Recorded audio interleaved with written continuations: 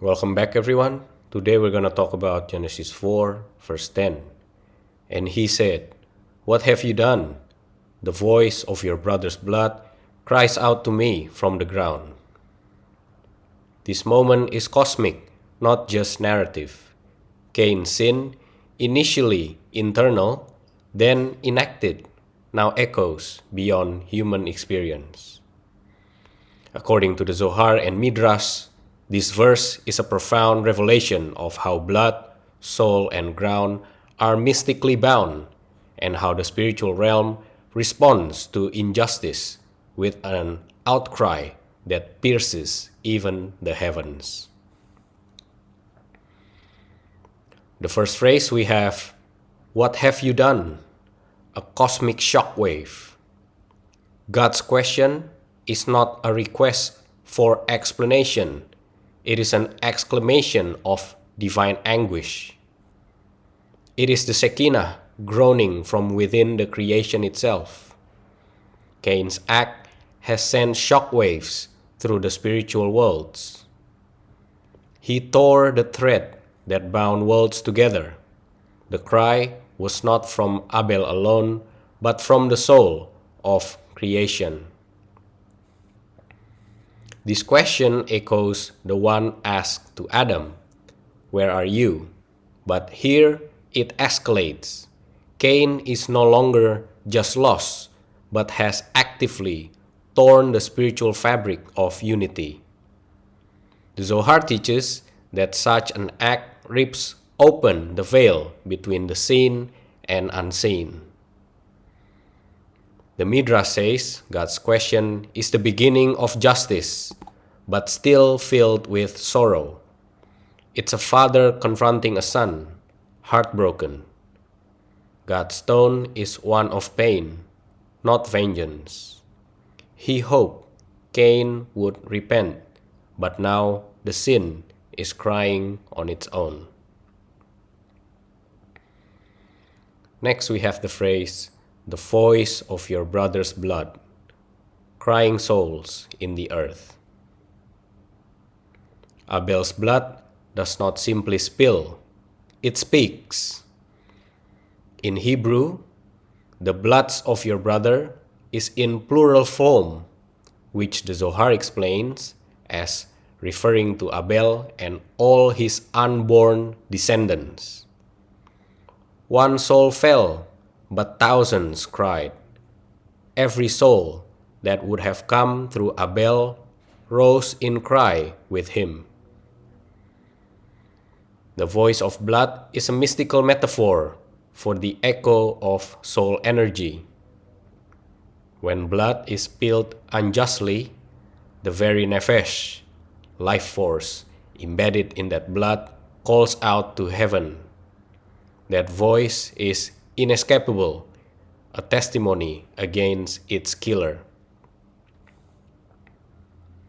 The Midrash elaborates, "Bloods" refers to generations lost.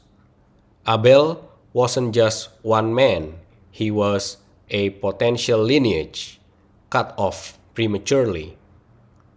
Some Midrashim even say Abel's blood sprayed on trees and stones, and all creation bore witness. Next, we have the phrase, "cries out to me," the earth as a witness and channel. The cry is not metaphorical. The Zohar teaches that earth receives blood and becomes a channel to heaven. Earth is not passive, it is semi-conscious, part of the Shekinah's garment, and responds to injustice with pain. The ground moans beneath innocent blood. It cannot hide what the heavens must hear. This moment reveals that earth is a spiritual entity. It testifies, it cries, it remembers. Cain not only killed, he defiled the soil, forcing it to bear testimony. The Midrash says the ground refused to absorb the blood at first. It tried to spit it out, but eventually it absorbed it, only to cry out in protest. This shows that sin affects creation. The earth becomes co-sufferer, a silent witness, finally forced to speak. Some midrashim suggest this is why burial became a sacred act later, because unjustly spilled blood unsettles the earth. The mystical principle behind the verse, the inescapable voice of injustice. Cain thought that without witnesses, his act would disappear. But the Zohar says there are always witnesses. The soul itself, the blood, the earth, the Shekinah. When man thinks he sins in silence, the ground and heavens cry in chorus.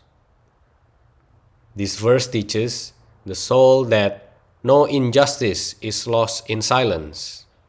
All energy, all acts leave spiritual imprints, and the unjustly silenced will one day speak through the world itself. The Kabbalistic archetype, blood as the song of the Nefesh. In Kabbalah, blood is where the Nefesh, the vital soul, resides.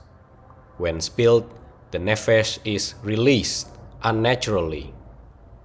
Instead of ascending in peace, it rises with a cry, a rupture that echoes until restoration or divine response. Cain did not just kill, he forced the soul to ascend without harmony, creating spiritual dissonance. This is why later sacrifices and offerings require intent and holiness, so that blood, when released, becomes song rather than scream. To summarize, Genesis 4, verse 10 is a thunderous verse, unveiling how sin sends spiritual shockwaves into creation.